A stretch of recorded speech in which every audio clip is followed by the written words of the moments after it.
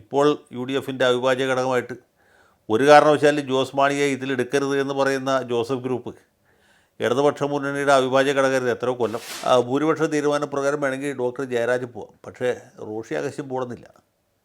Party വേണമെങ്കിൽ പിളരാം. കാരണം കേരള കോൺഗ്രസ് പാർട്ടിയിൽ ഒരേ സമയത്ത് രണ്ട് നേതാക്കന്മാരുണ്ടാവാൻ പറ്റില്ല. അതുകൊണ്ട് കേരള കോൺഗ്രസ് റോ എന്ന് പറഞ്ഞൊരു പാർട്ടി ഉണ്ടാകുമായിരുന്നു. ജോസ് കെ മാണി പാലായിൽ നിന്ന് ജയിക്കും എന്ന കാര്യത്തിൽ അദ്ദേഹത്തിന് ഉറപ്പില്ല. അതാണ് പ്രശ്നം. അദ്ദേഹം യു ഡി എഫിലേക്ക് തിരിച്ചു ചെല്ലുകയാണെങ്കിൽ ആ സമയത്ത് തന്നെ Mani C Kappan L D എഫിലേക്ക് തിരിച്ചു പോകും. അപ്പോൾ സിറ്റിംഗ് സീറ്റ് പോലും വിട്ടുകൊടുത്ത് ത്യാഗം ചെയ്തിട്ടാണ് CPM ജോസ് മാണി ഗ്രൂപ്പിനെ എൻ്റർടൈൻ ചെയ്ത് കൊണ്ടുപോകുന്നത്. അദ്ദേഹത്തിന് ഒക്കത്തെടുത്ത് കൊണ്ടുവരുന്ന കാഴ്ചകളൊക്കെ കാണിച്ച് അമ്പളിയമ്മാവനെ കാണിച്ചു കൊടുത്താണ് ഉരുട്ടി വായിൽ വെച്ച് കൊടുത്തു. ആ ഒരു സാഹചര്യം ഒഴിവാക്കണമെങ്കിൽ എന്ത് ചെയ്യണം? കോൺഗ്രസിൻ്റെ MLA-മാരുടെ എണ്ണം കുറയണം. മാണി ഗ്രൂപ്പിൻ്റെ അല്പം കൂടിയാലും കുഴപ്പമില്ല. അപ്പോൾ രണ്ടുപേർ കൂടി ചേർന്നിട്ട് വില പേശാം. ഇടത് വിങ്ങിൽ നിന്ന് ലീഗും വലത് വിങ്ങിൽ നിന്ന് കേരള കോൺഗ്രസും വില പേശും. നടുവിൽ നിന്ന് കോൺഗ്രസ് ഇതൊക്കെ അനുഭവിക്കും.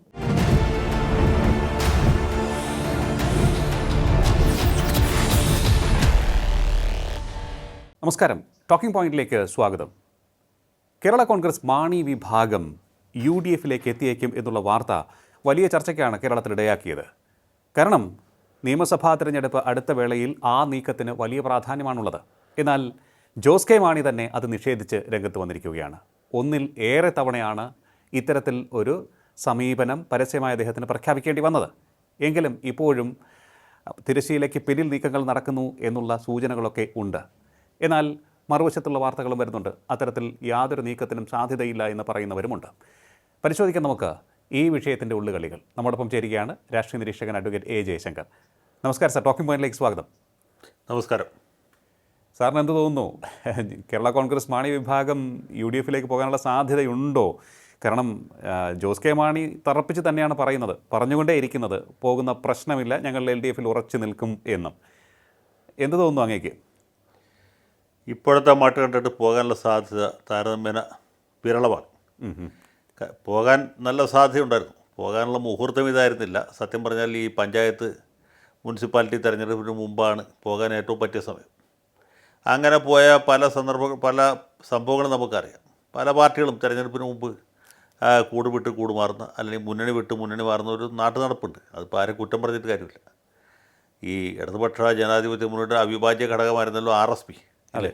1979 അവസാനം മുതൽക്ക് 2019 വരെ അവർ 19 വരെ അവരിതിൻ്റെ ഒരു അവിഭാജ്യ ഘടകമായിരുന്നു. പക്ഷേ ഒരു പാർലമെൻറ്റ് സീറ്റ് കിട്ടാതെ വന്നപ്പോൾ പ്രേമേന്ദ്രനും അദ്ദേഹത്തിൻ്റെ പാർട്ടിയും ഇടതു മുന്നണി വിട്ട് മറുമുന്നണിയിലേക്ക് പോവുകയും അതുവരെ ഉണ്ടായിരുന്ന എല്ലാ അഭിപ്രായ വ്യത്യാസങ്ങളും മറന്ന് ഇവർ ഒന്നിക്കുകയും പ്രേമേന്ദ്രൻ അവിടെ മത്സരിക്കുകയും ജയിക്കുകയും ഒക്കെ ചെയ്ത് നമുക്കറിയാം. 2014 19 അങ്ങനെ ഒരു സംഭവം നമുക്കറിയാം. അങ്ങനെ അതൊന്നും വലിയ അത്ഭുതമുള്ള കാര്യമല്ല. ഇപ്പോൾ RSPക്ക് പോകാമെങ്കിൽ കേരള കോൺഗ്രസ് മാണി ഗ്രൂപ്പിന് പോകാം.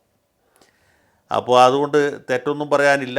മാത്രമല്ല കേരള കോൺഗ്രസ് പാർട്ടിയിൽ നിന്ന് അങ്ങനെ ഒരു സമീപനം എല്ലാവരും പ്രതീക്ഷിച്ചിരുന്നു. കാരണം ഈ പാർട്ടിയെ സംബന്ധിച്ച് അങ്ങനെ പ്രത്യയശാസ്ത്രപരമായിട്ടുള്ള ശാഠ്യങ്ങളൊന്നുമില്ല. അവർ പ്രായോഗിക രാഷ്ട്രീയത്തിൻ്റെ വക്താക്കളാണ്. പല സന്ദർഭങ്ങളിലും ഇങ്ങനെ പാർട്ടി മുന്നണി വിട്ട് മുന്നണി മാറിയ സംഭവം ഉണ്ടായിട്ട് ഇപ്പോൾ UDF-ൻ്റെ അവിഭാജ്യ ഘടകമായിട്ട് ഒരു കാരണവശാലും ജോസ് മാണിയെ ഇതിലെടുക്കരുത് എന്ന് പറയുന്ന ജോസഫ് ഗ്രൂപ്പ് ഇടതുപക്ഷ മുന്നണിയുടെ അവിഭാജ്യ ഘടകരുത് എത്രയോ കൊല്ലം.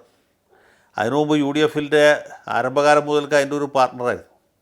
1979 കെ കരുണാകരൻ ഈ UDF ഉണ്ടാക്കുമ്പോൾ അതിലുണ്ടായിരുന്ന ഒരു പ്രധാനപ്പെട്ട ഘടകകക്ഷി ജോസഫ് ഗ്രൂപ്പായിരുന്നു. PJ ജോസഫ്, TM ജേക്കബ് ഒക്കെ ആ പാർട്ടിയിലാണ്. 79 കെ കരുണാകരൻ്റെ UDF തുടങ്ങുമ്പോൾ ഏറ്റവും ആദ്യം കോൺഗ്രസ് ഐയും അതുപോലെ തന്നെ NDP മാത്രം ഉണ്ടായിരുന്നു. പിന്നീട് മുസ്ലിം ലീഗ് വന്നു. അതിൻ്റെ കൂടെ തന്നെ ജോസഫ് ഗ്രൂപ്പ് വന്നു. പിന്നെ NDP SRP ഇങ്ങനെയുള്ള പാർട്ടികളൊക്കെ കൂടി PSP ഒക്കെ ഉണ്ടായിരുന്നു. ഇവരെ കൂടി ചേർന്നുള്ള ഒരു അവിയൽ മുന്നണിയായിരുന്നു കരുണാകരൻ്റെ 79 ആദ്യത്തെ UDF. മാണി ഗ്രൂപ്പ് വന്ന് പിന്നീട് 79 അവസാനമാണ്, 81 അവസാനമാണ്. കോൺഗ്രസ്സിൽ ആൻ്റണി ഗ്രൂപ്പും വന്നത് 81 അവസാനമാണ്. അതിനുശേഷം ഇന്ന് കാണുന്ന രീതിയിൽ UDF-ന് ശക്തി ഉണ്ടായിരുന്നു.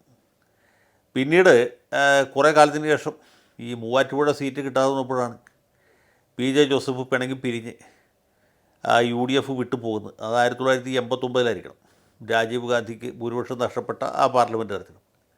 അന്ന് Muvattupuzha parliament seat Joseph group ചോദിക്കുന്നു, കരുണാകരൻ കൊടുക്കാൻ തയ്യാറാവുന്നില്ല, ഇടുക്കി തരാമെന്ന് പറയുന്നു. അതേ തുടർന്ന് പ്രകോപിതനായി. ഇപ്പോൾ മൂവാറ്റുപുഴ ഇടുക്കി തമ്മിൽ എന്താ വ്യത്യാസം? രണ്ടും ജയിക്കുന്ന സീറ്റുകളാണ്, രണ്ടും ജയിച്ച സീറ്റുകളാണ്. മൂവാറ്റുപുഴയേക്കാൾ കുറെ കൂടി ഉറപ്പുള്ള സീറ്റാണ് ഇടുക്കി. എന്നിട്ട് പോലും പി ജെ ജോസഫ് കലഹിച്ച് കലാപക്കൊടി ഉയർത്തി മുന്നണി വിട്ടുപോയി. അദ്ദേഹം മൂവാറ്റുപുഴയിൽ ഒറ്റയ്ക്ക് മത്സരിച്ചു, ദയനീയമായിട്ട് തോറ്റുപോയി. അത് കഴിഞ്ഞ് കുറേ നാൾ കറങ്ങി തിരിഞ്ഞ് കിടന്ന് അവസാനം LDFിൽ അഭയം തേടുകയാണ് ചെയ്തത്. അപ്പോൾ അങ്ങനെ പോയ ആളുകളാണ് ജോസഫ് ഗ്രൂപ്പ്. പിന്നെ കുറേ കാലം ജോസഫ് ഗ്രൂപ്പ് അതിൻ്റെ അവിഭാജ്യ ഘടകമായിരുന്നു.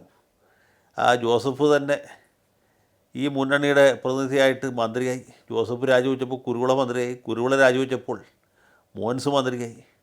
അതിന് പിന്നെ കേന്ദ്രത്തിൽ അന്ന് മൻമോഹൻ സിംഗിൻ്റെ ഭരണമാണ്. മൻമോഹൻ സിംഗിൻ്റെ മന്ത്രിസഭ അവിശ്വാസ പ്രമേയത്തെ നേരിടുന്ന സമയത്ത് ജോസഫ് ഗ്രൂപ്പിനെ UPA കൊണ്ടുപോകാനായിട്ട് വലിയ സമ്മർദ്ദം മെത്രാന്മാരുടെ ഭാഗത്തുണ്ടായി. പക്ഷേ എന്നിട്ടും ജോസഫ് അതിനെയൊക്കെ അതിജീവിച്ചു. പക്ഷേ അത് കഴിഞ്ഞ് പാർലമെൻറ്റ് തെരഞ്ഞെടുപ്പിൽ വലിയ പരാജയം ഉണ്ടായി കഴിഞ്ഞപ്പോൾ ജോസഫ് ഗ്രൂപ്പ് അപ്പോഴും ഇതുപോലെ വൈദികന്മാരുടെ ഭാഗത്ത് വലിയ സമ്മർദ്ദം ഉണ്ടായി. അങ്ങനെ ജോസഫ് ഗ്രൂപ്പുകാരെ അവസാനം മാണി ഗ്രൂപ്പുമായിട്ട് ലയിച്ച് UDFിൽ അംഗത്വം നേടുകയാണ് ചെയ്തത്. അതിനു മുമ്പ് തന്നെ PSC ജോർജും മാണിയും തമ്മിൽ ലയിച്ചിരുന്നു. പിന്നീട് ഈ ലയിച്ച കേരള കോൺഗ്രസ്സിൽ ജോസഫ് ഗ്രൂപ്പും കൂടി അംഗത്വം എടുത്ത് അവർ അതിൻ്റെ അകത്ത് ഭാഗമായി തീർന്ന് ഒറ്റ പാർട്ടിയായിട്ട് UDFിൽ അംഗത്വം എടുക്കുകയും ചെയ്തത്. അപ്പോൾ ഇതൊക്കെ സാധാരണ പതിവുള്ള കാര്യമാണ്. ഒന്നുകിൽ തെരഞ്ഞെടുപ്പിന് തൊട്ട് മുമ്പ് പോകും, അല്ലെങ്കിൽ തെരഞ്ഞെടുപ്പ് കഴിഞ്ഞ് ഉടനെ പോകും. ഇത് സംഭവ്യമായിട്ടുള്ള കാര്യമാണ്. പി ജോസഫ് മന്ത്രിസ്ഥാനം രാജിവെച്ചിട്ടാണ് UDFിലേക്ക് പോയത്. ഇപ്പോൾ പി ജോസഫാണ് പറഞ്ഞത് ഒരു കാരണവശാലും ജോസ് കെ മാണിയുടെ പാർട്ടിക്ക് എടുക്കരുത്. അതെ.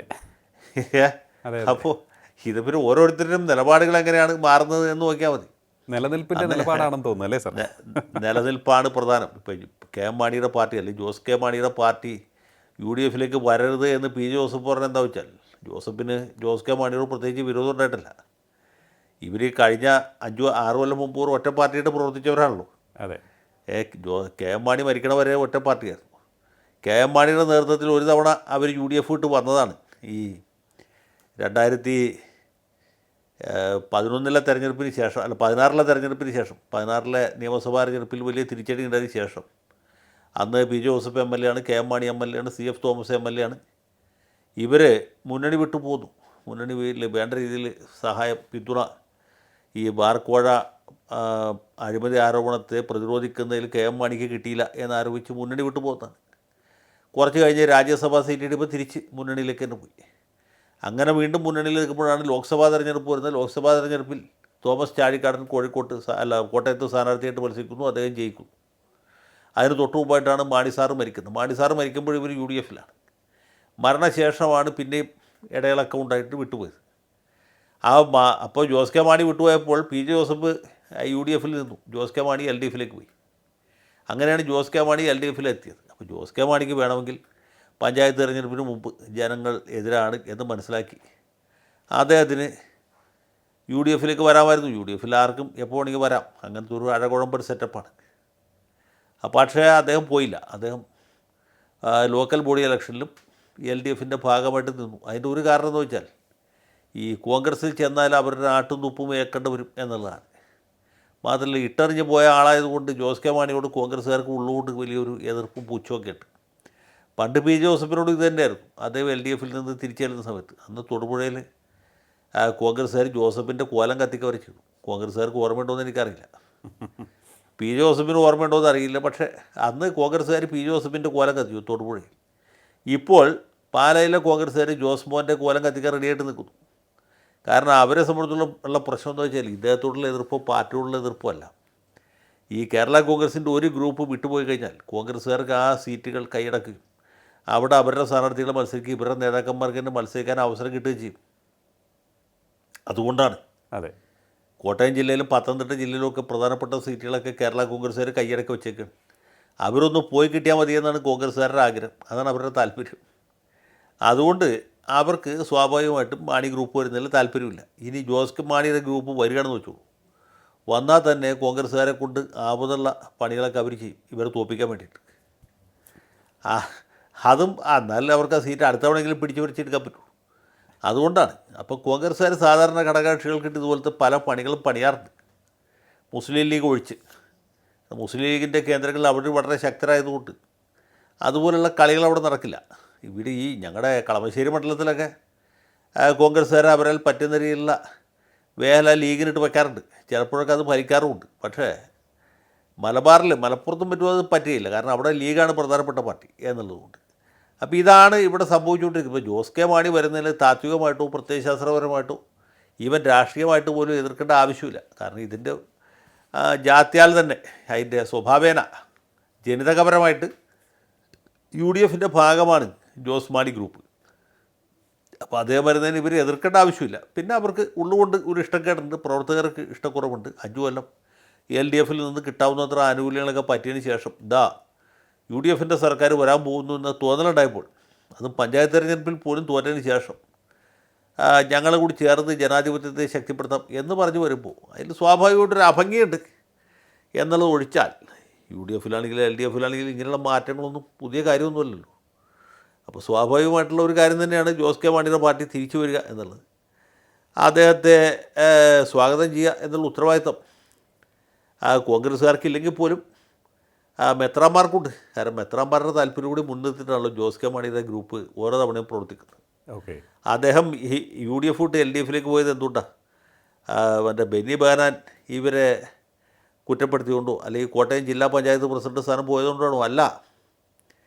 അന്നത്തെ സമുദായ നേതാക്കൾ, പ്രത്യേകിച്ച് മതമേലധ്യക്ഷന്മാർ, ക്രൈസ്തവ മതമേലധ്യക്ഷന്മാർ UDF നേതൃത്വത്തെ ഒരു പാഠം പഠിപ്പിക്കണം, മുസ്ലിം ലീഗിൻ്റെ അപ്രമാദിത്വം അവസാനിപ്പിക്കണം എന്ന് താല്പര്യപ്പെട്ടു. അവരുടെ താല്പര്യപ്രകാരമാണ് ജോസ് കെ മാണി UDF വിട്ട് LDFിലേക്ക് പോയത്. അതിൻ്റെ ഗുണം അവർക്ക് കിട്ടി. അതിൻ്റെ ഗുണം പരിമിതമായിട്ടെങ്കിലും ക്രിസ്ത്യൻ ബിഷപ്പുമാർക്ക് കിട്ടി, ക്രിസ്ത്യൻ സമൂഹത്തിന് കിട്ടി. ഇനി അവിടെ നിന്നിട്ട് കാര്യമില്ല എന്ന് മെത്രാന്മാർക്ക് മനസ്സിലായി. പഞ്ചായത്ത് തെരഞ്ഞെടുപ്പ് കൂടി കഴിഞ്ഞതിന് ശേഷം ഇനി ജോസ് മാണിയുടെ ഗ്രൂപ്പ് അല്ലെങ്കിൽ അദ്ദേഹത്തിൻ്റെ പാർട്ടി LDFിൽ നിൽക്കുന്നതുകൊണ്ട് ജോസ് കെ മാണിയുടെ പാർട്ടിക്ക് ഗുണമില്ല, ക്രൈസ്തവ മതമേലധ്യക്ഷന്മാർക്ക് ഗുണമില്ല. നേരെ മറിച്ച് അവർ UDFിലേക്ക് വരികയും കൂടുതൽ സീറ്റുകൾ ജയിക്കുകയും അങ്ങനെ ഇവരുടെ ബാർഗൈനിങ് പവർ കൂടുകയും ചെയ്താൽ, ഇപ്പോൾ 9 or 10 MLAമാർ ഉണ്ടായി കഴിഞ്ഞാൽ അവരെ വച്ചിട്ട് മെത്രാന്മാർക്ക് വിലപേശാം. വിദ്യാഭ്യാസ സ്ഥാപനങ്ങളുടെ കാര്യത്തിൽ ചോദിക്കാം, അല്ലെങ്കിൽ സാമൂഹ്യ ക്ഷേമ വകുപ്പിൽ ചോദിക്കാം, മറ്റ് പല സ്ഥലത്തും ചോദിക്കാം.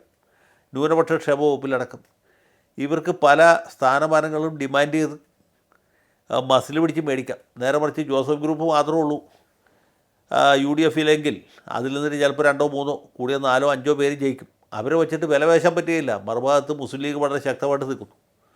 കോൺഗ്രസിൻ്റെ MLAമാരുടെ എണ്ണം വർദ്ധിക്കുന്നു. കോൺഗ്രസിന് തന്നെ 10 or 55 MLAമാരുണ്ടെങ്കിൽ പിന്നെ ഇവരുടെ വിലപേശൽ നടക്കും. അത് നടക്കില്ല. അപ്പോൾ അതുകൊണ്ട് ഈ കേരള കോൺഗ്രസിനെ ശക്തിപ്പെടുത്തേണ്ടത്, അവർക്ക് കൂടുതൽ MLAമാരുണ്ടാകേണ്ടത് കത്തോലിക്ക മതമേലധ്യക്ഷന്മാരുടെ ആഗ്രഹമാണ്, അവരുടെ താല്പര്യമാണ്. അതുകൊണ്ടാണ് ഈ സിനഡ് നടക്കുന്ന സ്ഥലത്തേക്ക് VD സതീശനെ വിളിച്ചു വരുത്തിയത്. അല്ലാണ്ട് സതീശൻ അവിടെ സിനഡിൽ എന്താണ് നടക്കുന്നത്, സുറിയാനിയിലാണോ ലത്തീനിലാണോ ചർച്ച എന്നറിയാൻ വേണ്ടി പോയതല്ലല്ലോ. സതീശൻ അങ്ങനെ മതമേലധ്യക്ഷന്മാരുടെ തിണ്ണ നിരങ്ങുന്ന ആളുമല്ല. അപ്പോൾ സതീശനെ മെത്രാന്മാർ വിളിപ്പിച്ചാണ്. അതാണ് സതീശൻ പ്രതിപക്ഷ നേതാവിൻ്റെ ഔദ്യോഗിക വാഹനം ഉപേക്ഷിച്ച് സ്വകാര്യ കാറിൽ അധികം ആൾക്കാർ അറിയാതെ അവിടെ പോയത്. പിന്നെ മാധ്യമപ്രവർത്തകരെ എല്ലായിടത്തും ഉള്ളതുകൊണ്ട് അദ്ദേഹത്തിൻ്റെ രഹസ്യ സന്ദർശനം പരസ്യമായി എന്ന് മാത്രമുള്ളൂ. 1/2 മണിക്കൂർ സംസാരിച്ചു. എന്താണ് സംസാരിച്ചത്? സാധനങ്ങളുടെ വില വർധനവിനെ കുറിച്ചിട്ടാണോ? അല്ലെങ്കിൽ മുല്ലപ്പെരിയാറിൻ്റെ ബലക്ഷയത്തെക്കുറിച്ചാണോ? അല്ല. മതമേലധ്യക്ഷന്മാർക്ക് സംസാരിക്കാനുള്ള ഒരു വിഷയമുള്ളൂ. അതെന്താണ്? അവരുടെ ബാർഗൈനിങ് പവർ വർദ്ധിപ്പിക്കണം, അവരുടെ താല്പര്യമുള്ള ആളുകൾക്ക് നിയമസഭയ്ക്ക് സീറ്റ് കൊടുക്കണം, ജോസ് കെ മാണിയുടെ പാർട്ടിയെ തിരിച്ചു വിടണം. അതുകൊണ്ടാണ്. അപ്പോൾ അതിന് സതീശൻ ഇടങ്കോലിടരുത്, വേറെ കോൺഗ്രസ്സുകാരും ഇടങ്കോല് വെക്കരുത്. അതിന് വേണ്ടിയിട്ടാണ്. അത് ഇവിടെ ഓപ്പറേറ്റ് ചെയ്താൽ നടക്കാത്തതുകൊണ്ട് ഡൽഹിയിൽ പോയി സോണിയാഗാന്ധി മുഖേനയാണ് ഓപ്പറേറ്റ് ചെയ്തത്. ജോസ് കെ മാണിക്ക് ഇവിടെ ഒരു ബർത്ത് മേടിച്ചു കൊടുക്കുന്നത്. അതുകൊണ്ടാണ് ഇവിടുത്തെ കോൺഗ്രസ്സുകാർക്ക് എതിർക്കാൻ പറ്റാത്തത്. അല്ലെങ്കിൽ നേതാക്കന്മാരെ എതിർക്കില്ലേ? ഇത്രയും കാലം ഞങ്ങളെ തെറി പറഞ്ഞുകൊണ്ട് നടന്ന ഈ ജോസ് കെ മാണിയെ സംഘത്തെ ഇതിലെടുക്കുക എന്ന് പറഞ്ഞാൽ അവരെ ആത്മാഭിമാനത്തെ ചോദിക്കുന്ന ഒരു സംഭവമാണ്. പക്ഷെ അങ്ങനെ ഒരു സമീപനം അവർക്ക് എടുക്കാൻ പറ്റാതെ പോയത് സോണിയാഗാന്ധി നേരിട്ട് ഈ വിഷയത്തിൽ ഇടപെട്ടു എന്നതുകൊണ്ടാണ്. അപ്പോൾ നമ്മൾ കാണാത്ത പല തലങ്ങളും ഇതിനകത്തുണ്ട്, പല അടിയൊഴുക്കുകളുമുണ്ട്. അല്ല, ഇതിപ്പോൾ എനിക്ക് തോന്നുന്നു സാർ, ഈ MLAമാരിൽ 3 പേർ LDFിൽ തന്നെ നിൽക്കണം എന്ന് കട്ടായം പിടിച്ചു. അതുകൊണ്ടാണ് UDFിലേക്കുള്ള പോക്ക് നടക്കാതെ പോയതെന്നാണ് കേൾക്കുന്നത്. അങ്ങനെ ആയിരിക്കുമോ? കാരണം ഈ റോഷി അഗസ്റ്റിൻ, പ്രമോദ് നാരായൺ, ഡോക്ടർ N. ജയരാജ്, ഈ 3 പേരും LDFിൽ തന്നെ നിൽക്കണം എന്ന നിലപാട് സ്വീകരിക്കുകയും ഭൂരിപക്ഷത്തിനൊപ്പം നിൽക്കാൻ ജോസ് കെ മാണി നിർബന്ധിതനാവുകയും ചെയ്തു എന്നാണ് ഇപ്പോൾ കേൾക്കുന്നത്. അതായിരിക്കാനുള്ള സാധ്യതയുണ്ടോ? ഇതിൽ രണ്ട് കാര്യങ്ങളുണ്ട്. ഒന്നാമത്, ഏത് കാലത്തും ഇങ്ങനെ വിട്ടുപോകുമ്പോൾ കുറച്ച് പേര് അവിടെ തന്നെ നിൽക്കുകയും കുറച്ച് പേര് വിട്ടുപോവുകയും ചെയ്യും. അത് കേരള കോൺഗ്രസിൻ്റെ ഒരു സ്വഭാവമാണ്. ഇപ്പോൾ കെ എം മാണി ബാലകൃഷ്ണപിള്ള വിട്ടുപോയപ്പോൾ ലോനപ്പൻ നമ്പാടൻ മറുകണ്ടം ചാടി, നമുക്ക് ഓർമ്മയുണ്ട്. 81 അവസാനം, അല്ലെ 82 ആദ്യം, അങ്ങനെയാണ് കരുണാകരൻ്റെ കാസ്റ്റിംഗ് മന്ത്രിസഭ തകർന്നത്. അതുപോലെ PJ ജോസഫും മോൻസും കുരുവിളയും വിട്ടുപോയപ്പോഴും സുരേന്ദ്രൻപിള്ള അവിടെ തന്നെ നിന്നു. അങ്ങനെ അദ്ദേഹത്തിന് കുറച്ചാളും മന്ത്രിയാവാൻ പറ്റി. ഏറ്റവും ഒടുവിൽ ഞാൻ നേരത്തെ പറഞ്ഞ പോലെ ജോസ് കെ മാണി വിട്ടുപോയപ്പോഴും തോമസ് ഉണ്ണിയാടനും CF തോമസും അദ്ദേഹത്തിൻ്റെ കൂടെ പോകാൻ കൂട്ടാക്കിയില്ല. ഈവൻ സജി മഞ്ഞക്കടമ്പം പോലും പോയില്ല. അവർ UDFിൽ തന്നെ നിൽക്കാൻ താല്പര്യപ്പെട്ടു. അതുകൊണ്ട് അതുവരെ മാണി ഗ്രൂപ്പുകാരായിരുന്നെങ്കിലും ആ സമയത്ത് അവർ ജോസഫ് ഗ്രൂപ്പുകാരായിട്ട് മാറി. അപ്പോൾ അങ്ങനെ ഒരു സംഗതി കേരള കോൺഗ്രസിലുണ്ട്. ഇപ്പോൾ ജോസ് കെ മാണി വിട്ടുപോയി എന്ന് വെച്ച് പാർട്ടി ആദ്യം മധ്യാന്തം വിട്ടുപോയിക്കൊള്ളാം എന്ന് നിർബന്ധമില്ല. ജോസ് കെ മാണി പോവാം, ജോബ് മൈക്കിൾ പോകാം, ഭൂരിപക്ഷ തീരുമാനപ്രകാരം വേണമെങ്കിൽ ഡോക്ടർ ജയരാജ് പോവാം. പക്ഷേ റോഷി അഗസ്റ്റിൻ പോകണമെന്നില്ല. പാർട്ടി വേണമെങ്കിൽ പിളരാം. കാരണം കേരള കോൺഗ്രസ് പാർട്ടിയിൽ ഒരേ സമയത്ത് 2 നേതാക്കന്മാരുണ്ടാവാൻ പറ്റില്ല. 2 നേതാവുണ്ടായാൽ അപ്പം പിളരും. അതുകൊണ്ട് കേരള കോൺഗ്രസ് റോ എന്ന് പറഞ്ഞൊരു പാർട്ടി ഉണ്ടാകുമായിരുന്നു. അവർ പോയില്ലായിരുന്നു. അവർ പോയിരുന്നെങ്കിൽ ഇദ്ദേഹം പോകുമായിരുന്നില്ല. അപ്പോൾ ഇങ്ങനെയൊക്കെയുള്ള പല അടിയൊഴുക്കുകളും ഇതിൻ്റെ അകത്തുണ്ട്, അന്തർനാടകങ്ങളുമുണ്ട്. അപ്പോൾ ഈ സാഹചര്യത്തിലാണ് ഈ പറഞ്ഞ പോലെ ഒരു പരിധിക്കപ്പുറത്തേക്ക് മുന്നോട്ട് കൊണ്ടുപോകാൻ പറ്റില്ല, പാർട്ടി പിളരും. എന്ന് മാത്രമല്ല, ബഹുജനങ്ങളുടെ ഇടയിൽ വലിയ വിപ്രതിപത്തി ഉണ്ടാവും. ജനങ്ങൾ ഇതുവരെയും 5 കൊല്ലം ഇവർ ഇതിൽ അനുഭവം പറ്റിക്കൊണ്ടിരുന്ന ആളുകളാണല്ലോ. ഇനിയിപ്പോൾ മുന്നണി വിട്ട് മുന്നണി മാറിക്കഴിഞ്ഞാൽ ആളുകൾക്ക് സ്വാഭാവികമായിട്ടും ഇവരോട് രോഷം ഉണ്ടാവും. പിന്നെ ഇതൊക്കെ കഴിഞ്ഞാലും ജോസ് കെ മാണി പാലായിൽ നിന്ന് ജയിക്കും എന്ന കാര്യത്തിൽ അദ്ദേഹത്തിന് ഉറപ്പില്ല. അതാണ് പ്രശ്നം. അദ്ദേഹം UDFിലേക്ക് തിരിച്ചു ചെല്ലുകയാണെങ്കിൽ ആ സമയത്ത് തന്നെ മാണി സി കാപ്പൻ LDFിലേക്ക് തിരിച്ചു പോകും. പിന്നെ പുള്ളിയായിരിക്കും LDFിൻ്റെ സ്ഥാനാർത്ഥി. അതുകൊണ്ട് ജോസ് കെ മാണിക്ക് സ്വന്തം സീറ്റായ പാല പോലും ഉറപ്പിച്ച് മത്സരിക്കാൻ പറ്റാത്ത ഒരു സാഹചര്യം ഉണ്ടായിരിക്കും. ഇതാണ് സാധാരണ പ്രശ്നം. അതെ അതെ, എനിക്ക് തോന്നുന്നു റോഷി അഗസ്റ്റിൻ മത്സരിക്കുന്നത് ഇടുക്കിയിൽ നിന്നാണ്. അദ്ദേഹത്തിന് ഈ LDFിലായതുകൊണ്ട് മാത്രമാണ് മന്ത്രിസ്ഥാനം കിട്ടിയത്. UDFിലായിരുന്നെങ്കിൽ അത് കിട്ടില്ലായിരുന്നു. കാരണം അവിടെ ജോസ് കെ മാണിക്ക് സ്വാഭാവികമായും ക്ലെയിം ഉന്നയിച്ച് മുന്നിൽ നിൽക്കുന്നത് അദ്ദേഹമായിരിക്കും. മറുവശത്ത് ജോസഫ് വിഭാഗത്തിനും ഒരു മന്ത്രിസ്ഥാനം കൊടുക്കുക. അപ്പോൾ റോഷി അഗസ്റ്റിനെ സംബന്ധിച്ചിടത്തോളം LDFിൽ നിൽക്കുന്നതാണ് കൂടുതൽ ഗുണമെന്ന് തോന്നുന്നു. അതുപോലെ തന്നെ പ്രമോദ് നാരായൺ അവിടെ റാന്നിയിൽ രാജു അബ്രാഹിമിനെ കണ്ണുരുട്ടി മാറ്റി നിർത്തിയിട്ടാണ് CPM പറഞ്ഞത് ഇദ്ദേഹത്തെ ജയിപ്പിക്കണം റാന്നിയിൽ നിന്നെന്ന്. അതുപോലെ ഡോക്ടർ N ജയരാജ്, അദ്ദേഹത്തിനും കൂടുതൽ താല്പര്യം LDFിൽ നിൽക്കുന്നതാണെന്ന് തോന്നുന്നത്. ഈ സ്ഥാനമാനങ്ങൾ തന്നെ ആയിരിക്കുമോ ഈ നേതാക്കളുടെ എല്ലാം തന്നെ ലക്ഷ്യം? അല്ല, റോഷി അഗസ്റ്റിൻ പാലക്കാരനാണ്. അതെ, അത് ഇടുക്കിയിൽ പോയി മത്സരിക്കുന്നു, ജയിക്കുന്നു എന്ന് മാത്രമേ ഉള്ളൂ. അദ്ദേഹത്തിന് പാല ഒരു തട്ടകമായിട്ട് കിട്ടണമെങ്കിൽ ഭാവിയിലേക്കെങ്കിലും ജോസ് കെ മാണിയിൽ മുമ്പിൽ നിന്ന് മാറണമല്ലോ. അതൊരു പ്രധാനപ്പെട്ട കാര്യമാണ്. കേരള കോൺഗ്രസ് പാർട്ടിയിൽ ഒരു സമയത്ത് 2 നേതാക്കന്മാരുണ്ടായി കഴിഞ്ഞാൽ സ്വാഭാവികമായിട്ട് പാർട്ടി പിളരും. അത് സ്വാഭാവികമായിട്ടുള്ള കാര്യമാണ്. അതിവിടെയും ആവർത്തിക്കും. ഞാൻ ഈ തെരഞ്ഞെടുപ്പ് കഴിഞ്ഞ് മന്ത്രിസഭാ അധികാരത്തിൽ ഒരു ജോസ് കെ മാണി തോറ്റ് റോഷി അഗസ്റ്റിൻ മന്ത്രിയാവുകയും ചെയ്തപ്പോൾ തന്നെ നടത്തിയൊരു പ്രവചനമുണ്ട്. അധികം വൈകാതെ ഈ ജോസ് മാണി ഗ്രൂപ്പ് പിളരും, കേരള കോൺഗ്രസ് റോ എന്ന് പറഞ്ഞൊരു പാർട്ടി ഉണ്ടാകും ഏതാണ്. അതിപ്പോൾ ഉണ്ടായേനെ. ഇപ്പോൾ ജോസ് കെ മാണി തൽക്കാലം വിട്ടുവീഴ്ചയ്ക്ക് തയ്യാറായതുകൊണ്ടാണ് ഈ കേരള കോൺഗ്രസ് റോ ഉണ്ടാകുന്നത്, അല്ലെങ്കിൽ റോ ഉണ്ടായേനെ. അപ്പോൾ ഇങ്ങനെയൊക്കെയുള്ള നടപടിക്രമങ്ങൾ ഇവിടെ നടന്നുകൊണ്ടിരിക്കുന്നുണ്ട്. നമ്മൾ ആരും കാണാത്ത രീതിയിലുള്ള അടിയൊഴുക്കുകളുമുണ്ട്. കോൺഗ്രസിൽ തന്നെ പല ആളുകളും ജോസ് കെ മാണി വരണമെന്ന് പറയുമ്പോൾ തന്നെ വന്നിട്ട് വേണം അവനിട്ടൊരു പണി കൊടുക്കാൻ എന്ന് പറയുന്നവരുണ്ട്. അപ്പോൾ സ്വാഭാവികമായിട്ടും അദ്ദേഹത്തിന് LDFിൽ നിൽക്കണം നല്ലത്. പിന്നെ ഒരു കാര്യം ലിയോ സൂചിപ്പിച്ചതിൻ്റെ തുടർച്ചയായിട്ട് ഞാൻ പറയാം. ഈ സിറ്റിംഗ് സീറ്റുകൾ ഒരിക്കലും CPM മറ്റ് പാർട്ടികൾക്ക് കൊടുക്കാറില്ല. പക്ഷേ ഇവിടെ ഉണ്ടായൊരു വലിയ സംഭവം എന്ന് പറഞ്ഞത് CPMൻ്റെ 2 സിറ്റിംഗ് സീറ്റുകളാണ്. ഒന്ന് റാന്നി, എത്രയോ തവണയായിട്ട് നമ്മുടെ ഇത് ജയിച്ചുകൊണ്ടിരുന്ന സീറ്റാണ് രാജു അബ്രഹാമിന് മാറ്റിയിട്ടാണ് ആ സീറ്റ് പ്രമോദ് നാരായണന് കൊടുത്തത്. അദ്ദേഹം ജയിച്ചു. അത് വേറൊരു അത്ഭുതമാണ്. അതുപോലെ തന്നെ സിറ്റിംഗ് സീറ്റായിരുന്നു ചാലക്കുടി. BD ദേവസ്യം 3 തവണ ജയിച്ച സീറ്റാണ്. ദേവസ്യം നിന്ന് കണ്ണും പൂട്ടി ജയിക്കും. പക്ഷേ എന്ത് ചെയ്യാൻ പറ്റും, ദേവസ്യം മാറ്റിയിട്ട് ആ സീറ്റ് ഇവർക്ക് കൊടുത്തു. കേരള കോൺഗ്രസ് മാണി കൊടുത്തു. മാണിയുടെ സ്ഥാനാർത്ഥി മത്സരിച്ച് തോറ്റുപോയി. അപ്പോൾ സിറ്റിംഗ് സീറ്റ് പോലും വിട്ടുകൊടുത്ത് ത്യാഗം ചെയ്തിട്ടാണ് CPM ജോസ് മാണി ഗ്രൂപ്പിനെ എൻ്റർടൈൻ ചെയ്ത് കൊണ്ടുവന്ന് അദ്ദേഹത്തിന് ഒക്കത്തെടുത്ത് കൊണ്ടുനടന്ന് കാഴ്ചകളൊക്കെ കാണിച്ച് അമ്പളിയമ്മാവനെ കാണിച്ചു കൊടുത്താണ് ഉരുട്ടി വായിൽ വെച്ച് കൊടുക്കുന്നത്. അദ്ദേഹം അത് വളരെ രുചിയോടി കഴിക്കുകയും ചെയ്യുന്നുണ്ട്. എന്നിട്ടാണ് അത് പോരാ, ഇനി ഇത്ര നാളും അമ്മയുടെ ഒക്കത്തിരുന്നല്ലോ, ഇനി കുറച്ച് ആൾ ചിറ്റമ്മയുടെ ഒക്കത്തേക്ക് പോകാം എന്ന് പറഞ്ഞ് ഇവിടെ നിന്ന് എടുത്ത് ചാടി അപ്പുറത്തേക്ക് പോകുന്നത്. അപ്പോൾ ഇതാണ് ഈ മുന്നണി വിട്ട് മുന്നണി മാറുന്നതിൻ്റെ രഹസ്യം. ഇതാണ്. അല്ല, ഇതേപ്പോൾ പറയുന്നുണ്ട് ഞങ്ങൾ എവിടെയുണ്ടോ അവിടെ ഭരണം ഉണ്ടാകുമെന്ന് പറയുന്നുണ്ട് ജോസ് കെ മാണി. അല്ല, അത് എല്ലാ നേതാക്കന്മാർക്കും അങ്ങനെയല്ലേ പറയാൻ പറ്റുള്ളൂ. ഞങ്ങളുള്ളിടത്ത് ഭരണം ഉണ്ടാകില്ല, ഞങ്ങൾ പ്രതിപക്ഷത്തായിരിക്കും ഇരിക്കാമെന്ന് ഏതെങ്കിലും നേതാവ് പറയുമോ? പറയാൻ പറ്റുമോ? പറഞ്ഞാൽ പിന്നെ ഫലമുണ്ടോ? അതുകൊണ്ട് ഈ ഗോവിന്ദൻ മാഷ് തൊട്ട് കടന്നപ്പള്ളി രാമേന്ദ്രൻ വരെ എല്ലാവരും പറഞ്ഞ് ഞങ്ങൾ ജയിക്കും, ഞങ്ങളുള്ളിടത്ത് ജയം ഉണ്ടാവുള്ളൂ, യഥോ ധർമ്മസ്ഥ അതോ ജയാന്ന് പറഞ്ഞാൽ ഞങ്ങളെ ഉദ്ദേശിച്ചിട്ടാണ് എന്നൊക്കെ വേണമെങ്കിൽ പറയാം. പറയുന്നതിന് കുഴപ്പമൊന്നുമില്ല. അല്ല സർ, ഈ മധ്യ കേരളത്തിലെ ക്രിസ്ത്യൻ വോട്ടുകളുടെ ഒരു ഒഴുക്കും നിലപാടും വളരെ പ്രധാനപ്പെട്ടതാണെന്നാണ് തോന്നുന്നത്. അവിടെ ഒരു ക്ലെയിം ഇപ്പോഴും മാണി കോൺഗ്രസ്സിന് ഉണ്ടോ? അങ്ങെന്താണ് കരുതുന്നത്? ഈ മാണി കോൺഗ്രസ് നേതാക്കൾ പറയുന്നതിനനുസരിച്ച് അവിടുത്തെ വോട്ടർമാർ, അതായത് അവർക്ക് ഇതുവരെ പിന്തുണ നൽകിയിരുന്ന വോട്ടർമാർ ഇപ്പോഴും അവർ പറയുന്നതിനനുസരിച്ച് വോട്ട് ചെയ്യുമെന്ന് തോന്നുന്നുണ്ടോ? ആ കാലമൊക്കെ പോയി. അത് 65-ലോ 70-ലോ 77 വരെയൊക്കെ ഒരു പക്ഷേ നടക്കുമായിരുന്നു. കേരള കോൺഗ്രസിൻ്റെ സ്വന്തമായൊരു വോട്ട് ബേസ് ഇല്ല. മലയോര കർഷകർ, കുടിയേറ്റക്കാരെന്നൊക്കെ പറയുമെങ്കിലും ആ പാർട്ടിക്ക് കുറേ നേതാക്കന്മാരൊക്കെ ഉണ്ട്. ആ താലൂക്ക് കമ്മിറ്റി, ബൂത്ത് കമ്മിറ്റിയൊക്കെ ഉണ്ടെങ്കിൽ അതിനപ്പുറത്തേക്ക് ഇതിന് വലിയ ജനസ്വാധീനമൊന്നുമില്ല. പിന്നെ ഈ കേരള കോൺഗ്രസിൻ്റെ വോട്ട് ബാങ്കും വോട്ട് ബേസും കോൺഗ്രസിൻ്റെ വോട്ട് ബേസും ഒന്നിനാണ്. അത് പ്രധാനമായിട്ട് ക്രിസ്ത്യൻ കമ്മ്യൂണിറ്റിയാണ്. അതിൽ തന്നെ കത്തോലിക്കരാണ്. അവരല്ലെങ്കിലും UDFന് വോട്ട് ചെയ്യുള്ളൂ. അവർ വോട്ട് മാറ്റി ചെയ്താലാണ് അത്ഭുതം. ഇപ്പോൾ ഞാൻ വേറൊരു സംഭവം പറയാം.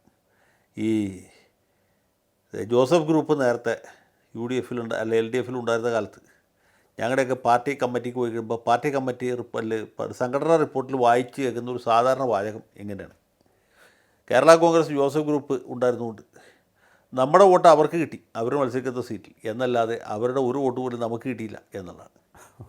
അപ്പോൾ ഈ കേരള കോൺഗ്രസ്സുകാർ സ്വഭാവേന അല്ലെങ്കിൽ അടിസ്ഥാനപരമായിട്ട് കമ്മ്യൂണിസ്റ്റ് വിരുദ്ധരാണ്, മാർക്സിസ്റ്റ് വിരുദ്ധരാണ്.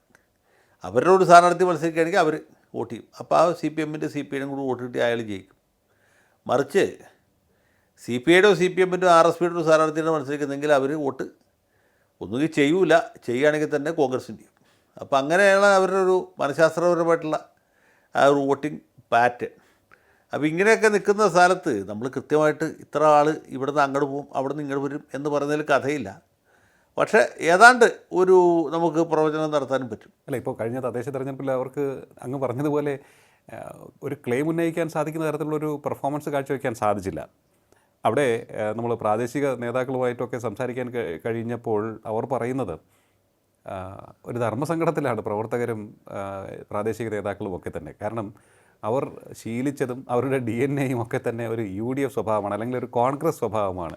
നേതാക്കൾ ഒറ്റയടിക്ക് LDFലേക്ക് പോയപ്പോൾ അവരാണ് ആകെ അവതാളത്തിലായത്.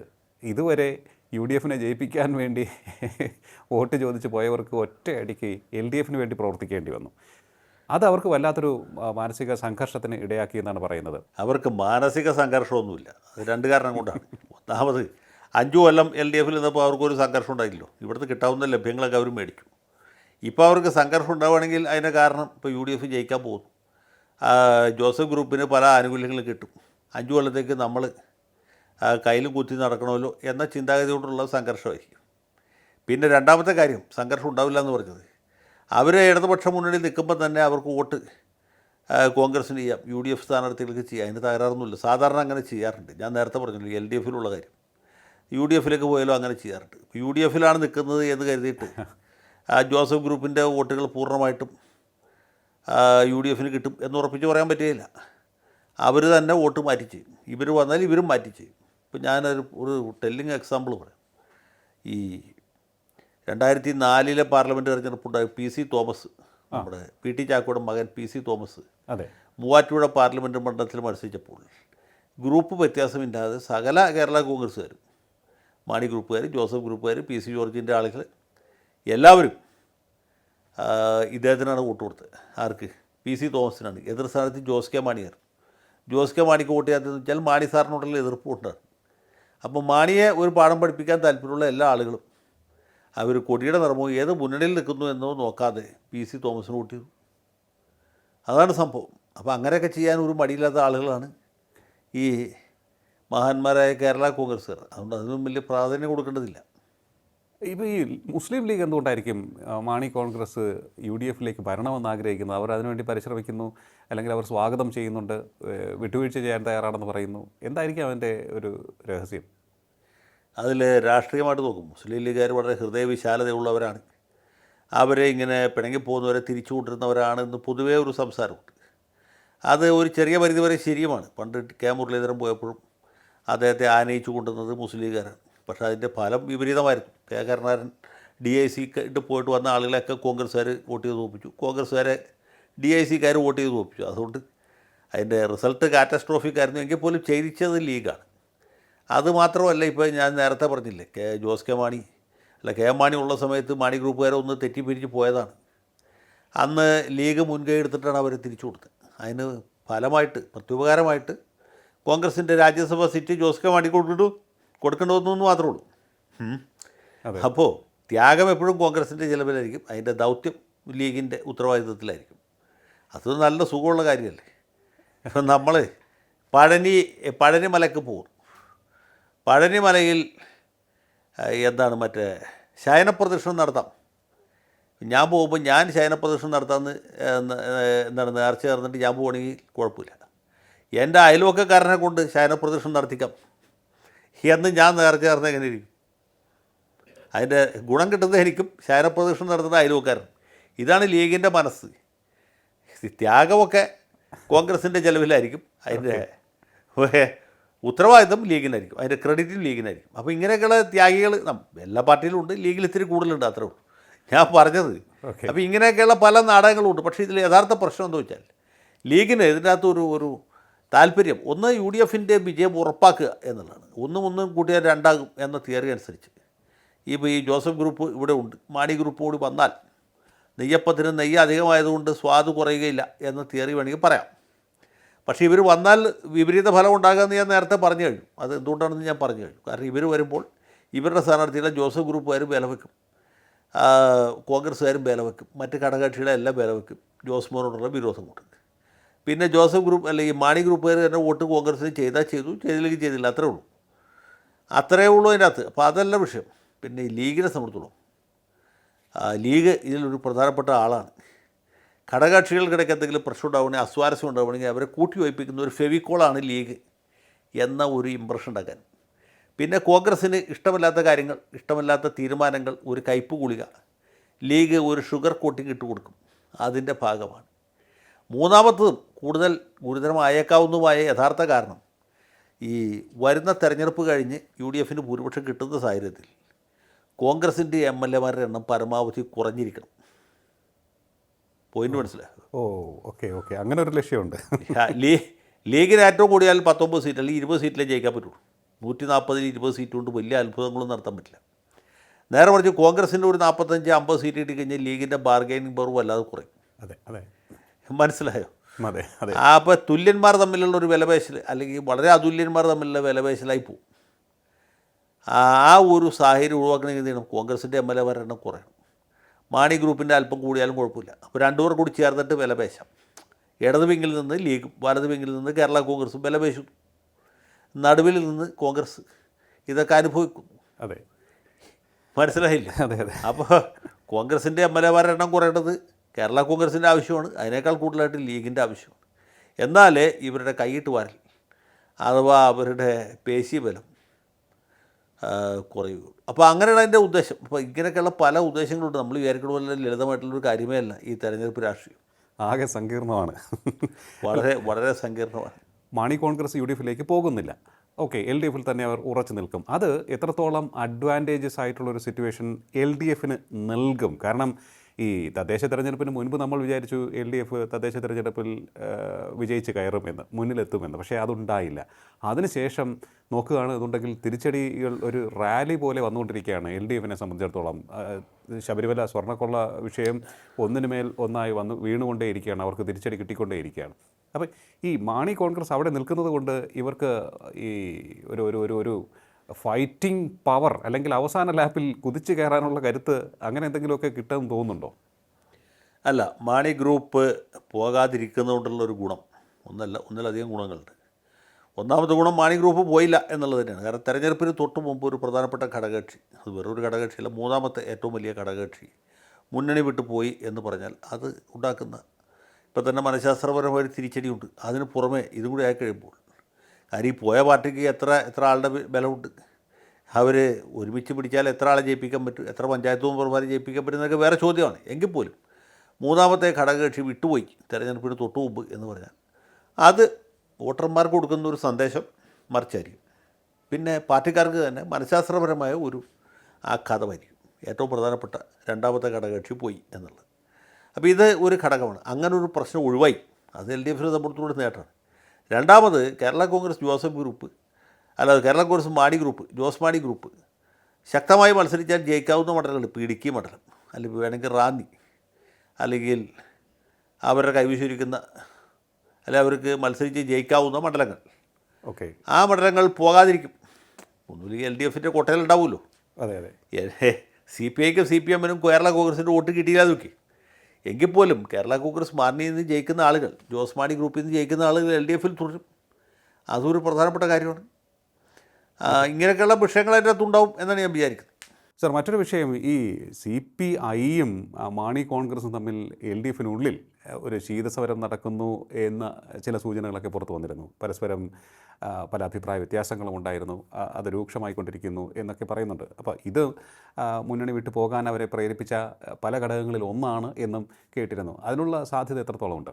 CPIയും മാണി കേരള കോൺഗ്രസ് തമ്മിൽ വലിയൊരു അഭിപ്രായ വ്യത്യാസത്തിന് സാധ്യതയില്ല. അങ്ങനെ ഉണ്ടായിരുന്ന കഴിഞ്ഞ തവണയാണ്. ഇപ്പോൾ ആ സീറ്റുകളൊക്കെ അങ്ങോട്ടും ഇങ്ങോട്ടൊക്കെ വീതിച്ചു കൊടുത്ത് സംഗതി എസ്റ്റാബ്ലിഷ്. ഇപ്പോൾ കോട്ടയം ജില്ലയിൽ നമ്മുടെ കാഞ്ഞിരപ്പള്ളി സീറ്റാണ് CPI ചോദിച്ചത്. കാഞ്ഞിരപ്പള്ളി CPI മത്സരം പണ്ട് വാഴൂരായിരുന്നു, പിന്നെ കാഞ്ഞിരപ്പള്ളി CPIയുടെ സീറ്റായിരുന്നു. അപ്പോൾ ആ സീറ്റ് നഷ്ടപ്പെട്ടു. ആ നഷ്ടവുമായിട്ട് പാർട്ടി പൊരുത്തപ്പെട്ടു എന്നാണ് വിചാരിക്കുക. അപ്പോൾ അതുകൊണ്ട് അതൊരു വിഷയമായിരിക്കില്ല. ഇനിയിപ്പോൾ വേറെ മറ്റ് മണ്ഡലങ്ങളെക്കുറിച്ചൊന്നും അങ്ങനെ വലിയ തർക്കത്തിന് സ്കോപ്പില്ല. അപ്പോൾ അതുകൊണ്ട് ഒരു വിഷയമാകില്ല എന്നാണ് എൻ്റെ വിശ്വാസം. ഓക്കെ. അപ്പോൾ എന്തായാലും നിലവിലെ സാഹചര്യത്തിൽ മാണി കോൺഗ്രസ് LDFിൽ തന്നെ ഉറച്ചു നിൽക്കാനുള്ള സാധ്യതയാണ് കൂടുതലും എന്നാണ് നമുക്ക് മനസ്സിലാക്കാൻ കഴിയുന്നത്. പക്ഷേ തിരഞ്ഞെടുപ്പിൽ അത് എത്രത്തോളം മേൽക്കൈ LDFിന് നൽകും, അല്ലെങ്കിൽ പൊതുവിൽ ഈ തിരഞ്ഞെടുപ്പിൽ LDFിന് എത്രത്തോളം ശക്തമായ ഒരു പ്രകടനം അവരുടെ ഭാഗത്തു നിന്ന് ശ്രമമുണ്ടാകുമെങ്കിൽ തന്നെയും ജനങ്ങളുടെ ഭാഗത്തു നിന്ന് എത്രത്തോളം അനുകൂലമായിട്ടുള്ള ഒരു പ്രതികരണം ഉണ്ടാകും എന്ന് കാത്തിരുന്ന് കാണേണ്ട ഒരു വിഷയമാണ് എന്നാണ് നമുക്കിപ്പോൾ മനസ്സിലാക്കേണ്ടത്. വളരെയധികം നന്ദി സർ, ഇത്ര സമയം ടോക്കിംഗ് പോയിന്റുമായി സംസാരിച്ചത്. ടോക്കിംഗ് പോയിന്റിൻ്റെ ഈ അധ്യായം ഇവിടെ പൂർണ്ണമാകുന്നു. ഇനി അടുത്ത എപ്പിസോഡിൽ കാണാം നമുക്ക്. നമസ്കാരം.